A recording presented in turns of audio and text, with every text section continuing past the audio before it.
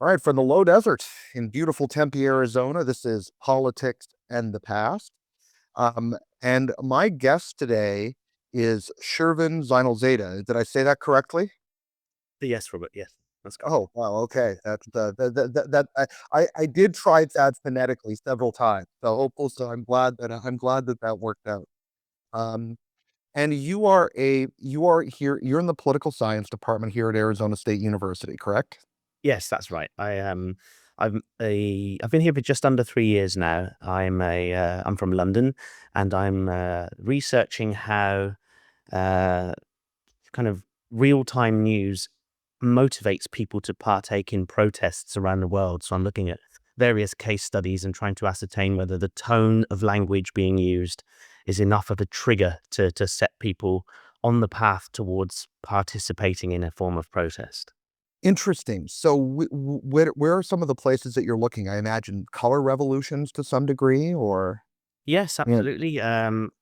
Probably looking firstly at the Arab Spring, which I argue, due to the kind of timing of when it took place, was a period in which more and more people were gaining access to mobile phones, and internet speeds were more reliable, and communication was made through social media channels and news channels. So, starting with the Arab Spring, but then looking at a few other protests globally, the Gilets jaunes in France, the Yellow Vest movement, the Woman Life Freedom movement in Iran, and the recent protests we've had in the UK surrounding migrants, particularly following the very tragic Southport stabbing, in which a series of protests were triggered following that.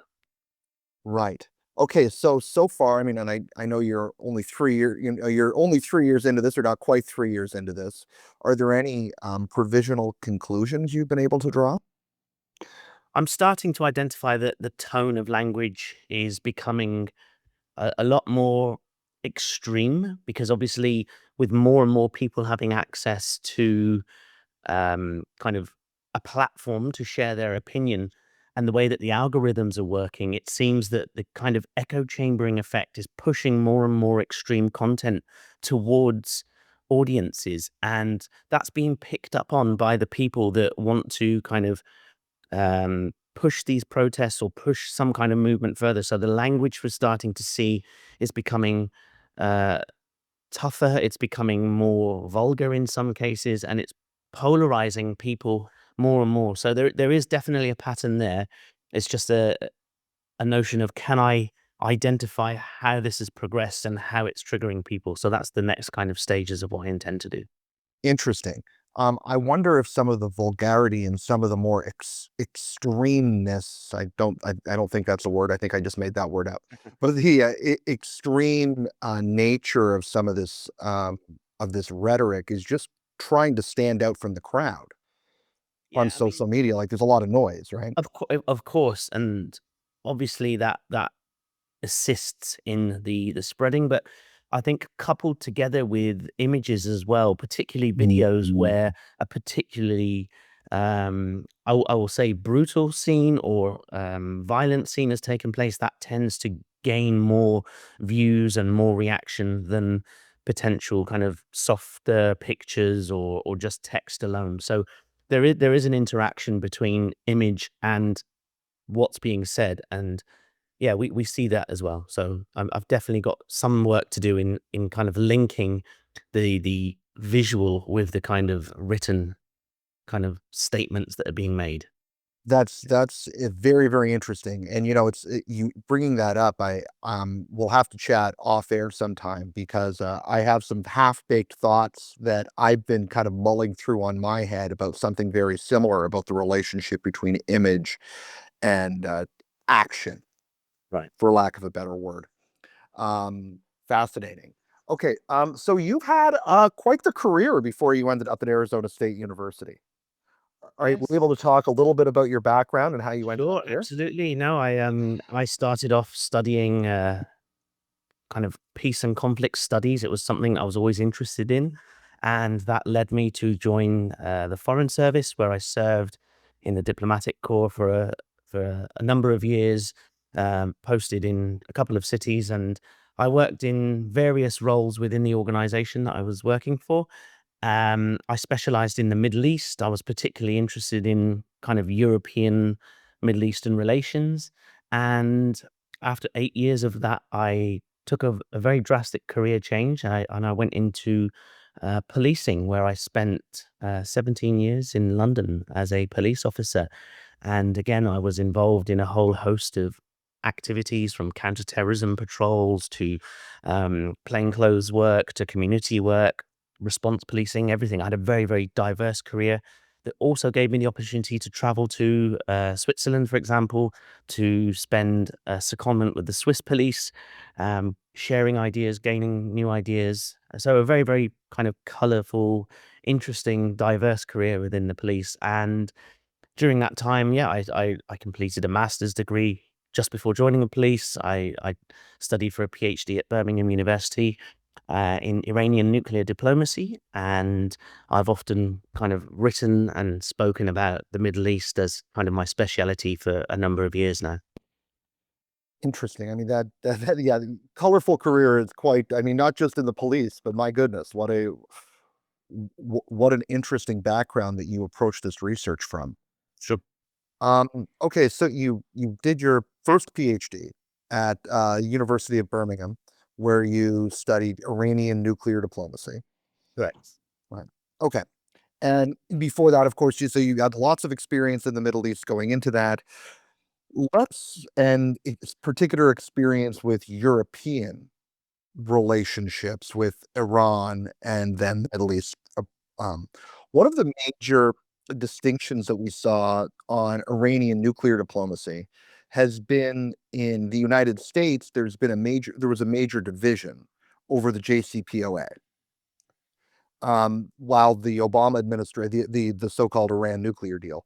Whereas in Iran, sorry, within the United States, the Obama administration and then subsequently the Biden administration tended to be quite favorable towards it.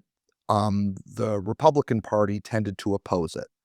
Whereas in Europe, it seemed, at least from an outsider's perspective, that there was generally consensus support for the deal. Is that an effective characterization? It's a fair statement, but I think we have to go back to before the JCPOA.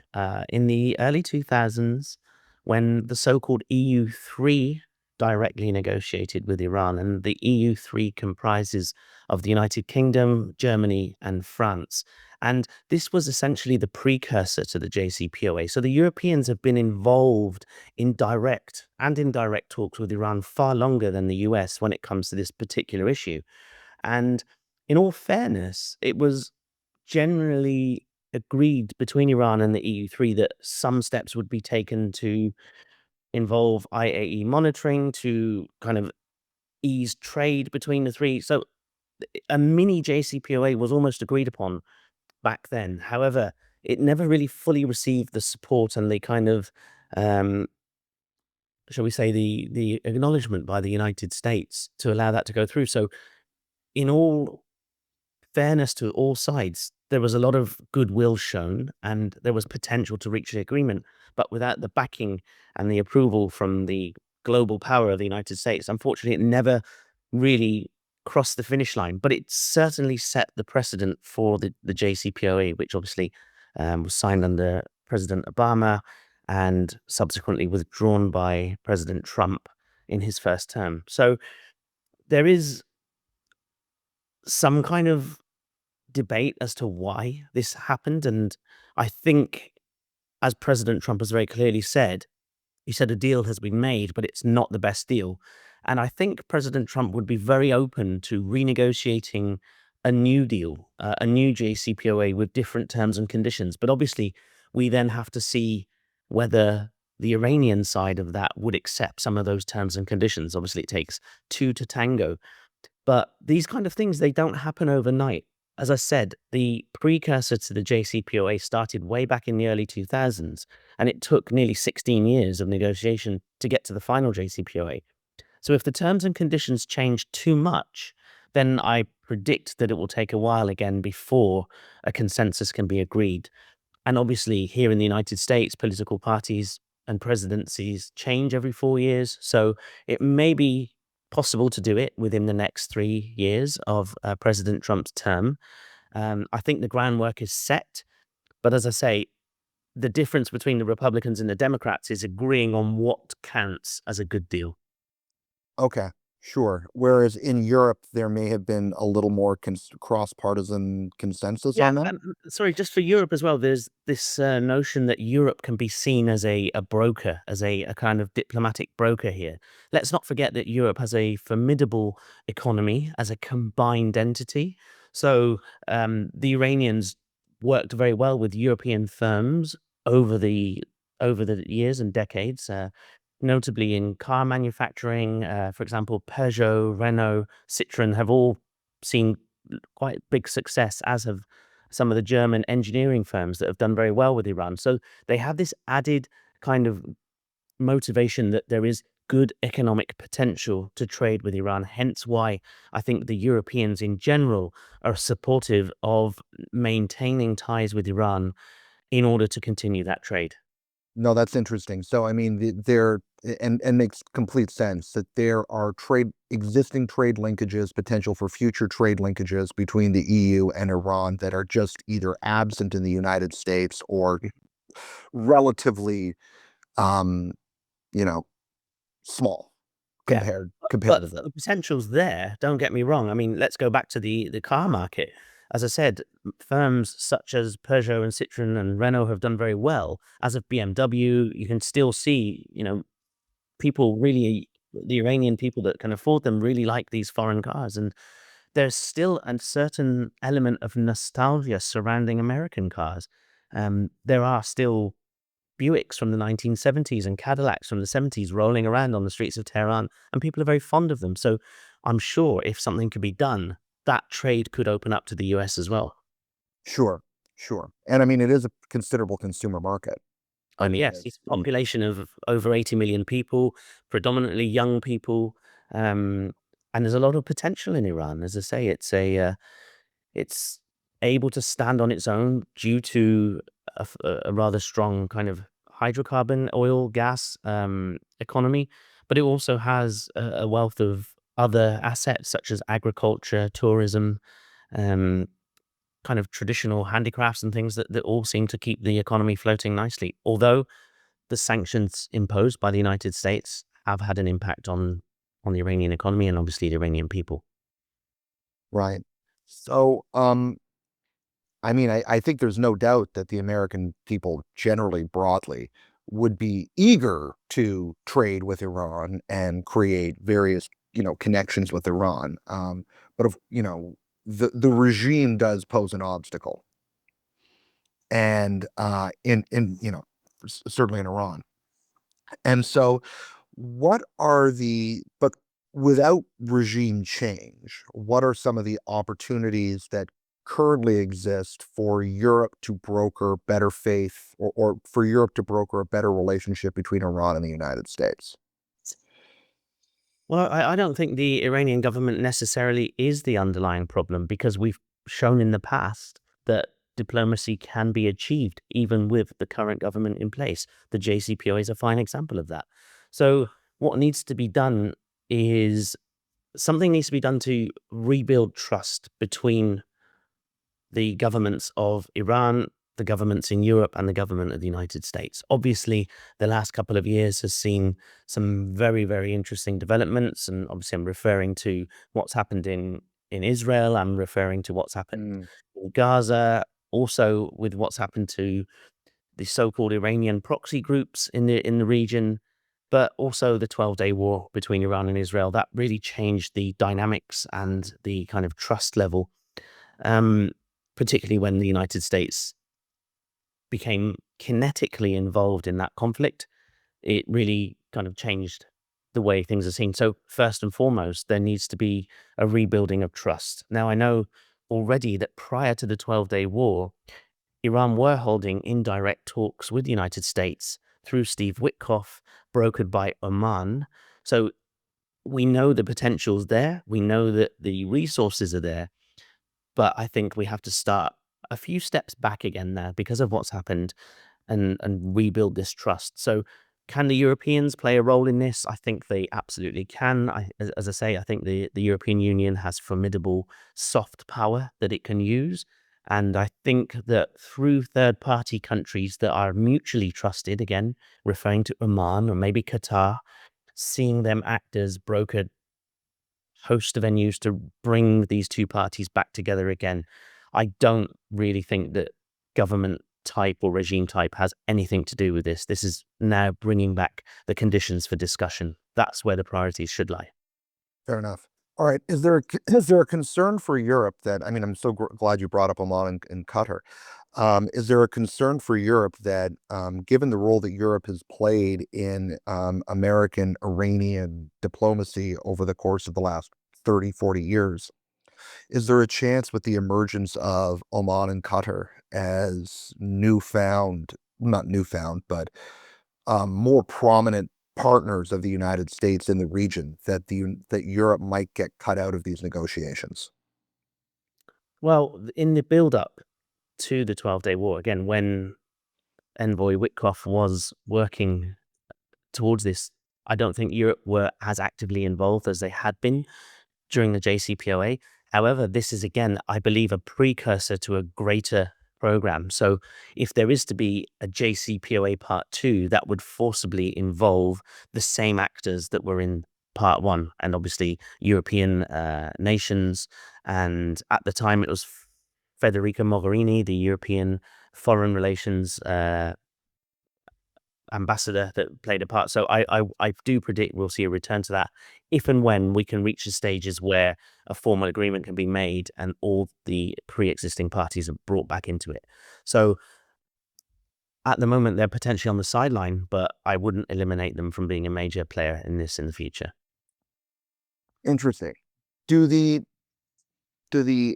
interests of Europe, the other maybe other partners in the Middle East, and the United States, where in a potential deal with Iran do you see the most clash of interests between those three other counterparties to Iran? Listen, I think when it comes to diplomacy, the fact that these parties can sit around a table and discuss leads to a victory in its own right. Where the clash of interests may lie will probably be around security, regional security, and regional influence. But then again, I think it's fairly safe to say that particularly Western parties, okay, so we'll clearly say the European Union and the United States, I think their main common goal lies in maintaining regional security and making sure that Iran doesn't kind of exert any ongoing force or threat to the region. I think there's more common ground than there is clash of interests. I think it would be interesting to see if trade could be shared equally. I think both Europe and the United States have a good opportunity to trade with Iran, and with a market as big as it is in Iran, both would be able to gain access. So off the top of my head, I don't really know where a clash could occur. I see far more positives than negatives. Interesting. Very interesting. Okay. Um, so Iran, I mean, you mentioned the last couple of years and the 12-day war and the damage that's been done to Iranian proxy groups Hmm. across the region. How does that leave where does that leave Iran's ability to negotiate from a position of strength? Maybe that it had back during the JCPOA negotiations or the EU3 negotiations. That is it still in a similar position, or has it been degraded enough that it'll matter at the negotiating table?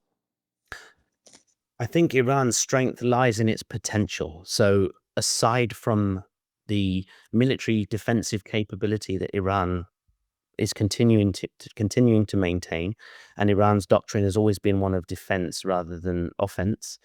I think Iran's strength lies in its oil reserves, in its gas reserves, in its rare earth metals, in its mining industry. There's still plenty of economic power that Iran yields that, due to the sanction, have almost been caged in. But once they become unlocked, then we're looking at certainly the second largest producer of natural gas in the world, probably the top 3 or 4 oil producers of proven reserves in the world, as well as a host of other resources. So it doesn't just have to be about kinetic or physical strength. It can be Sure. about economic strength as well, which Iran has no doubt plenty of. Sure. How has, in from your perspective, how has the last couple of years of conflict affected Iran's ability to to produce a nuclear weapon? I mean, we've seen it, up until several years, or at least a year ago. I remember, the general consensus from what I saw is that Iran was basically on the doorstep of being able to produce weapons grade uranium, or had produced weapons grade uranium, could could weaponize it in like a month or two. They just had to decide to do it, and they were choosing not to decide to do it. I mean, I'm simplifying that, but how Uh, is has that changed? Iran's doctrine has always been very, very clear that its nuclear program is for peaceful civilian use only.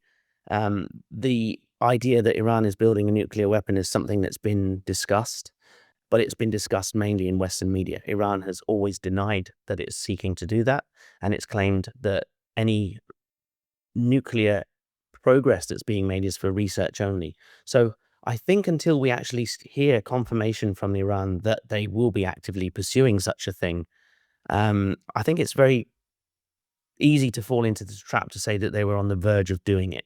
However, I think it's fair to say that even threatening or even suggesting that it's possible is a deterrent in itself. And maybe I think that's what the Iranians potentially were doing. They kind of hinted that it's possible, but in its doctrine and in its constitution, it's clear that it's not going to happen. So it's interesting to see. This is almost like a game of cards where you have a very high hand. The opponent doesn't know if you've got the flush or not, but potentially threatening that you do have that flush is it's like a bluff in a way. So I wouldn't call it a bluff, but it's a very strong signal. It's Sure. signaling strategy. Sure, it's I understand. And arguably that was the mistake that Saddam Hussein made back in 2003. Yeah. Is that he kept signaling that, "Oh, yes, maybe I have these weapons, maybe I don't have these weapons, maybe I do," to try to create this degree of uncertainty in Western governments in order to provide himself a degree of protection. And, arguably, that uncertainty created led to the ability of the Bush administration, or either caused the Bush administration to, or at least permitted them the opportunity to overthrow his regime. Yeah, sure. Yeah. But again, I think the rhetoric's been very different between Iran and Iraq, and Iran has continually maintained the fact that it's purely for civil purposes only. So I think the tone of language is slightly different, although potentially a very similar game. Okay. Playing the same game, but maybe playing it different, right? Hoping for different outcome with different Well, rhetoric. again, Iran's a very, very different Very much so. Yeah. country to Iraq, very, very different. So even the leadership, and Iraq is made up of. I mean, it's a, yeah, very different game. Sure, sure. And it would be in Iraq, it was very easy to identify sectarian groups that oppose the Oh yeah, regime, and you can be able to, with not too much difficulty, lend a little bit of Western support to, and expect that. I mean, that's what they did in Afghanistan, hmm essentially. So, pretty much. okay. Um, so where if Iran's interests in the Middle East, which you're saying are largely defensive, what what type of defense does it have now, given the degree of, or I guess defending what? Let's start with that. What are they hoping to defend in the Middle East?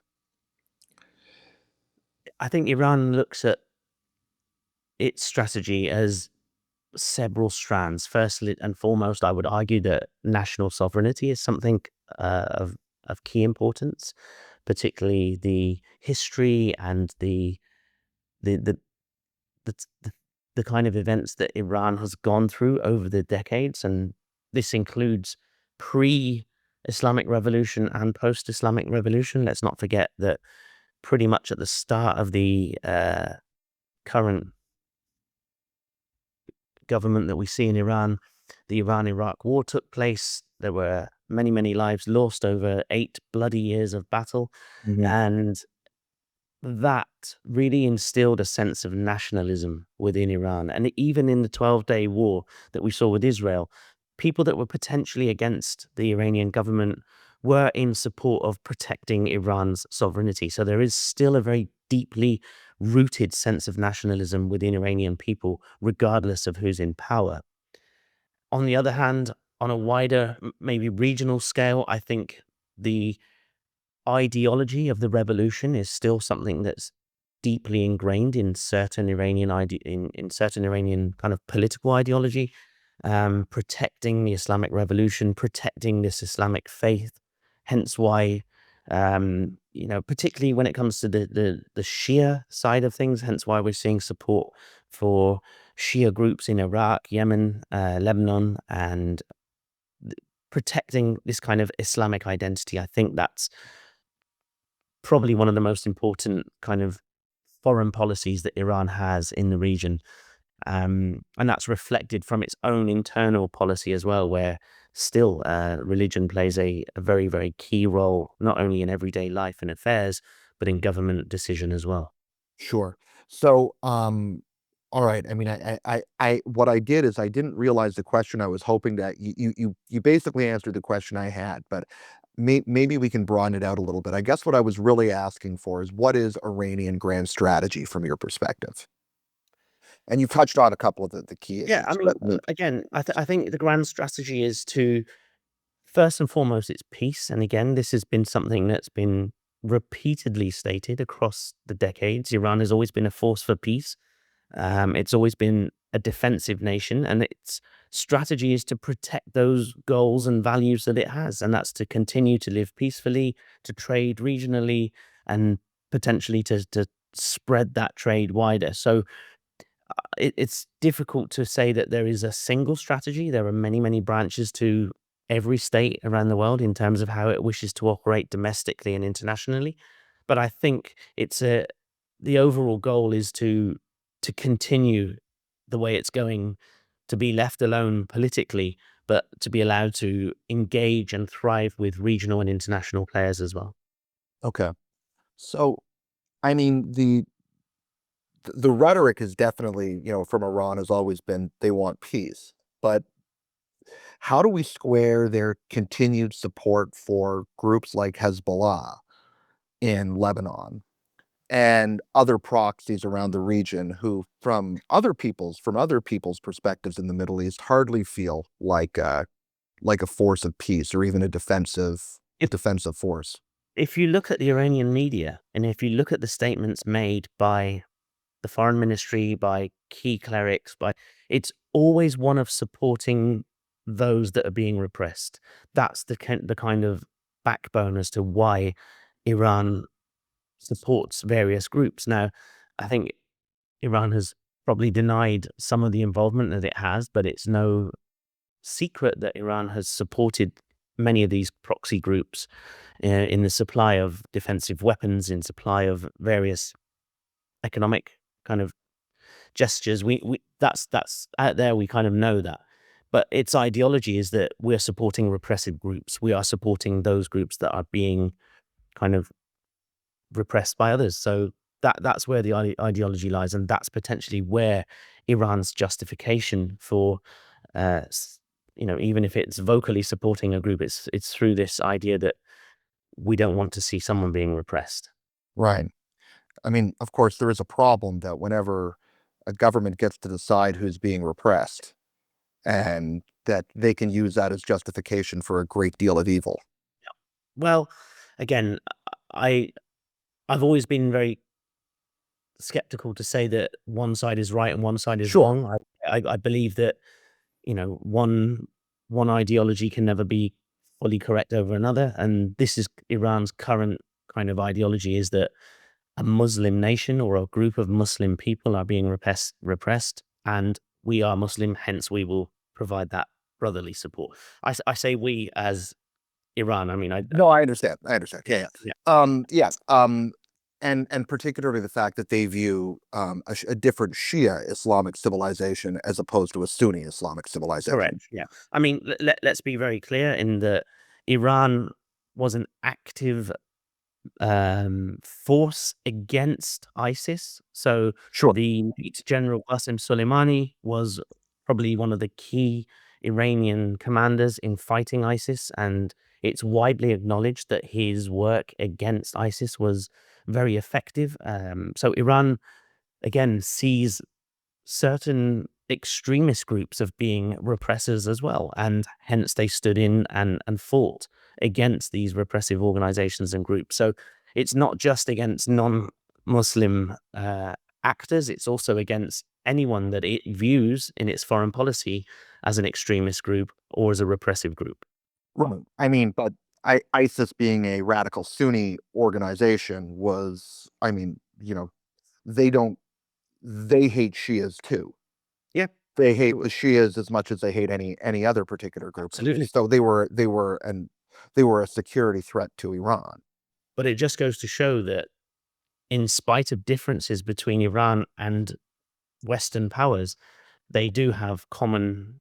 Uh, Oh, I mean, they were they were equally, they were both dealing with an existential political threat in the region. Absolutely, And absolutely. so, the United States and the Soviet Union worked very well in the 1940s as well Mhm. together, Yeah, despite having grandiose, despite having both ideological and real international interest sure, sure. distinctions.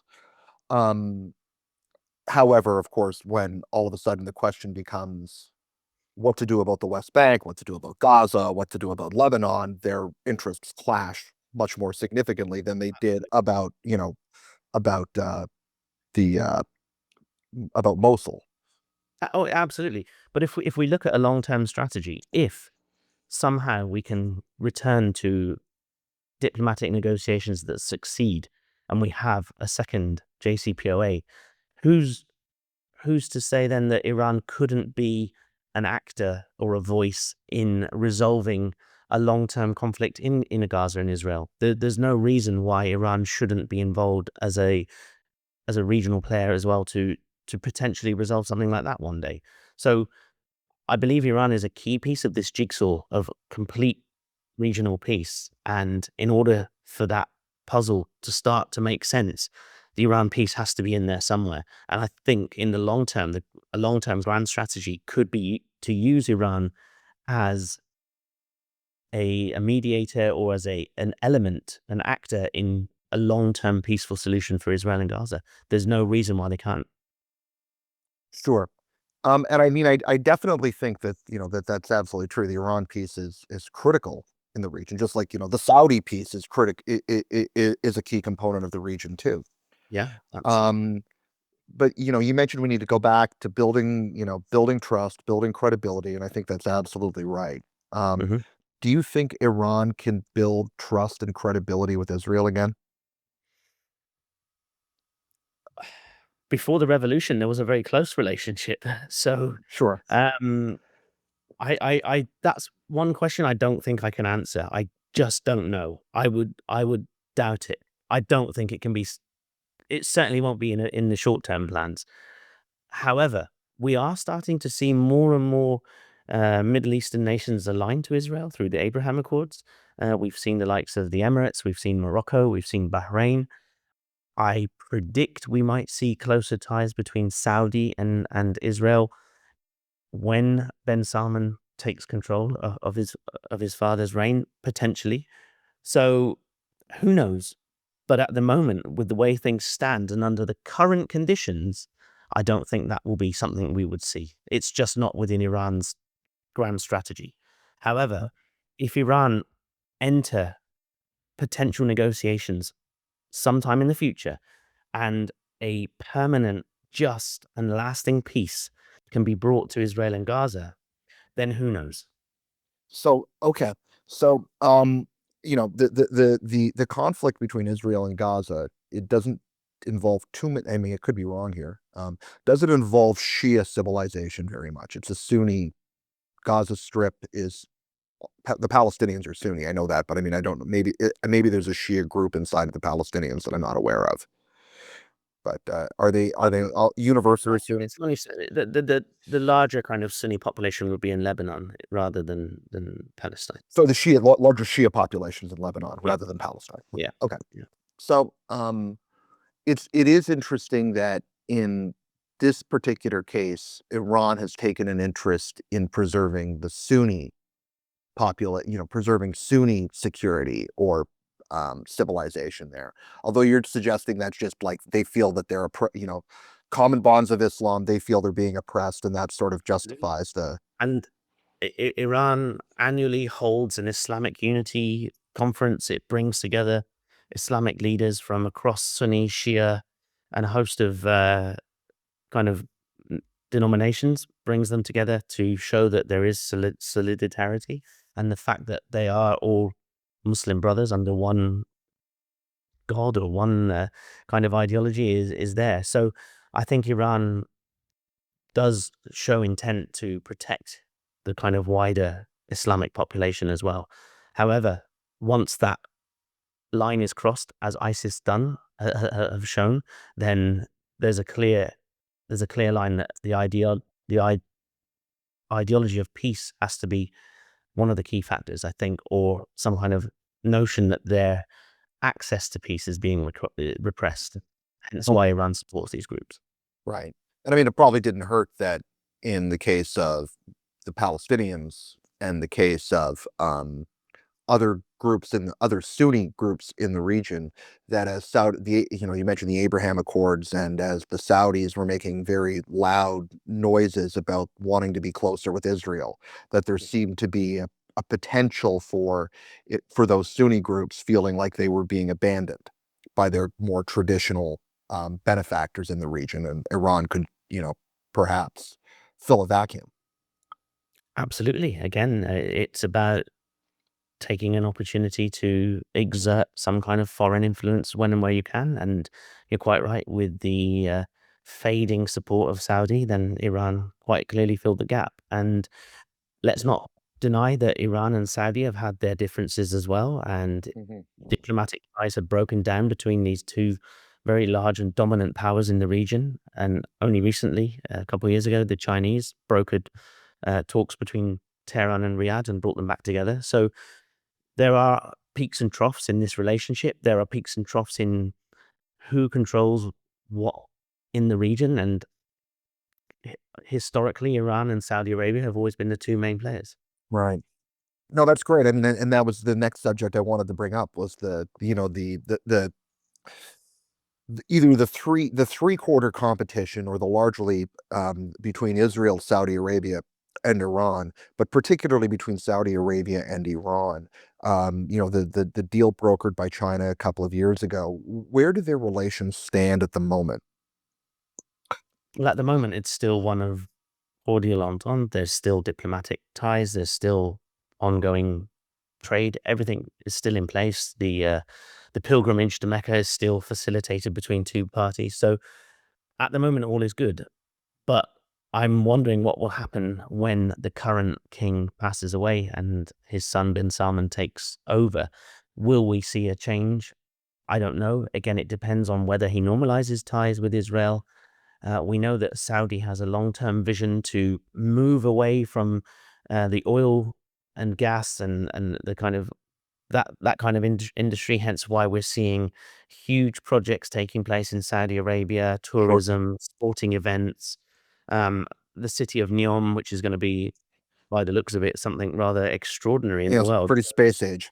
Yeah. So let's see what happens in the future. I think under the current Saudi rulership, I don't know. I think things will maintain this status quo, and things will have to be analyzed again once bin Salman takes control from his father. Okay, so you have some thoughts that maybe with the crown prince is more anti-Iranian than Actually, is No, it his no, father? no, Is it his uncle? I'm not saying he's necessarily No, adhering. no, no, and I use that term. Sorry, more skeptical of deeper integration with Iran might be a better way of putting it. Neither, because Okay. he may very well seek to embrace closer ties with Iran. I just don't know at the moment. I have a gut feeling that his visions of internationalism for Saudi would be a stronger priority for him than closer ties with Iran. And could that potential program of greater Saudi internationalism, um, would that preclude? Do you? I mean, obviously it doesn't preclude closer integration with Iran, but do you think it might be that bin Salman might imagine that? If Asking you to speculate here, I guess. I think it all lies on what he does with Israel. If he normalizes ties, I would expect a deterioration in relationship between Saudi and Iran. I would expect Iran to be quite offended by that. However, again, we have to just wait and see what Sure. happens. I really, I wouldn't want to kind of place a bet on it because I just don't know what's going to happen there. Well, and things have been quite fluid in the region over the past few years. So Yeah. anybody who placed any bet whatsoever on anything 5 years ago would have lost. Yeah. I mean, even the 12-day war, I was on television a day or two before the US strikes, and I said, I don't know whether the US will strike. I just cannot place any money on whether the B-2s will fly to Iran and do it. And sure enough, they did. But who would have known? And, it's difficult to say because it's such a volatile region. The game changes on daily basis. The tension is there. So it's very hard to predict what's going to happen. No one knows at the moment, and we'll just have to cross each bridge when we come to it. But what I would encourage all actors there, if they're listening to me, is to maintain diplomatic ties because again, I'm such an advocate for diplomacy. We can only succeed when we're sat around the same table, either directly or indirectly, and that's the only way of maintaining peace. It's key to talk, and we've seen over history how so many conflicts have been resolved, so many potential issues have been resolved through diplomatic negotiations. And in a day and age where we have wonderful technology that allows us to immediately liaise with international partners and around the world, we need to embrace digital diplomacy. We need to embrace public diplomacy. And we need to embrace those smaller actors that can step in and mediate, such as the Qatars, such as the Omans, because I believe that's where much of the power lies. There's so much distrust now between the large players. The Americans don't trust the Chinese, the Brits don't trust the French, the Iranians don't trust the South. When we can have players in there that are trustworthy, that can broker, these are the ones we need to embrace now and bring them in. And not only does that create grounds for discussion, but it brings many, many nations together, which again is key to success. No, I think that's a really important point. And I think in the general and even the academic discussion, many of the what you're talking about is totally lost. At least in the big countries, because places like the United States, the United Kingdom, China, and maybe to a lesser extent, but also the key Russia or Iran, is that we sort of, I mean, I'm Canadian, but so I'll always remember the little guys exist, but that we kind of forget the important role played by smaller powers Yeah. and the important and the remarkable opportunity that exists there Hmm. for brokering, mediating, and creating connective tissue. Sure. That And we've seen it can be successful, and I've no doubt it can continue to be a success in the future. okay. Yeah. So where does the Iranian regime in the or the Iran in the region has been degraded to some degree, geopolitically, from a security perspective in the region? Is that a correct statement from where it was maybe 5 years ago? Can you specify what you mean by Okay, degree? yeah, it was a terrible way of asking that question, so I apologize. Um, what I was trying to get at is that, or does Iran feel like its security situation has been undermined in the last 3 or 4 years? I think Iran would clearly say no, and that Iran's indigenous kind of production of defensive capability has shown that it is able to stand. alone and act alone in terms of producing and deploying this technology when needed. Now, the 12-day war was an example of that. We've seen, obviously, that the superior Israeli Air Force was able to penetrate Iranian defense systems and take out key commanders. We've seen all of that, but we've also seen that the Iranian response was also quite formidable as well. Now, I don't think we've seen the full extent of how Iranian missiles were able to hit parts of Israel. We've seen the media in which they've been shot down, but we saw less of what actually hit, except for the first day of the war, where we saw CNN reporters on the roofs of hotels witnessing Iranian missiles striking Tel Aviv very clearly. I think Iran's biggest defense deterrent now remains its missile program, because, as I say, Iran's doctrine has always been to deny wanting a nuclear program. And I think Iran will continue to build an indigenous conventional deterrent.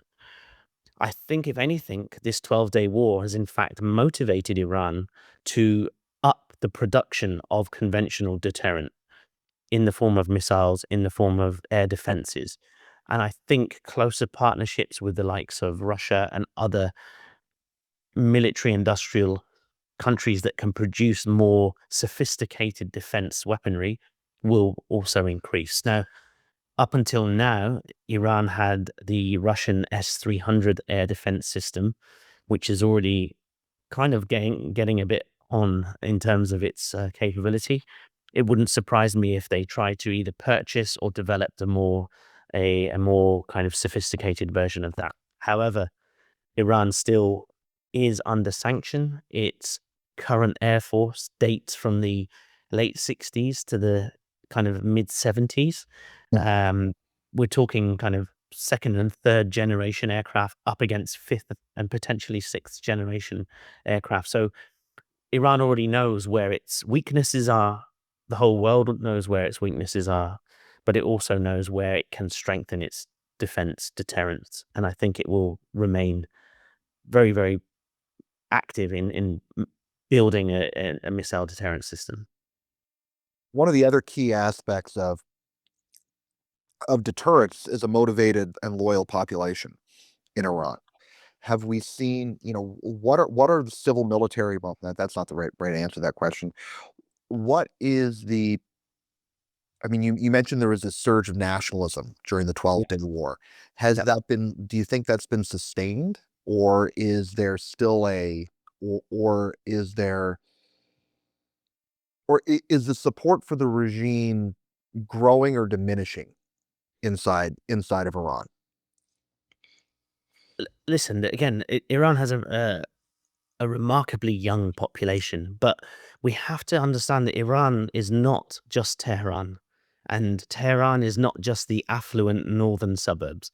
So outside of Tehran, in the more rural areas, there is ongoing support for the current government in Iran. That we do know. But what I can say, and I think it's something that I've certainly noticed, is that the nationalism pride that's deeply ingrained in every Iranian is like a light switch. It's almost switched on and off when needed. And I think at times of sovereign threat, that light switch turns on. And the people of Iran don't necessarily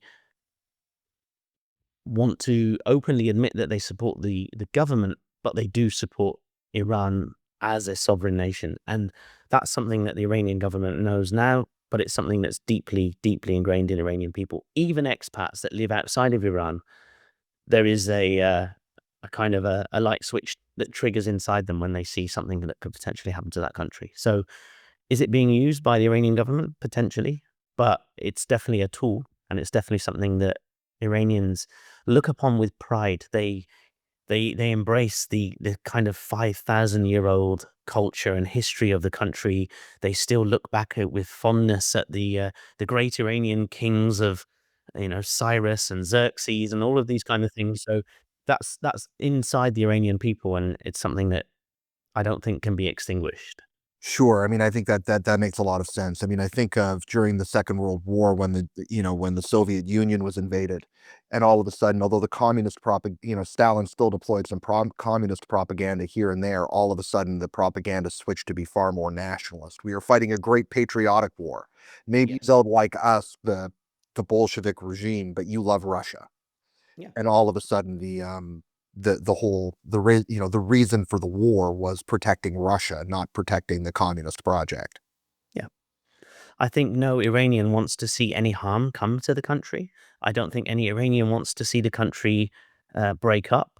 Uh, there is obviously history has shown us that this can happen in other places, and that's something I don't think the Iranians would take too kindly to. Mhm. Okay, well, you know what? I just thank you very, very much. That was a wonderful discussion. I learned a lot. I hope our listeners did too.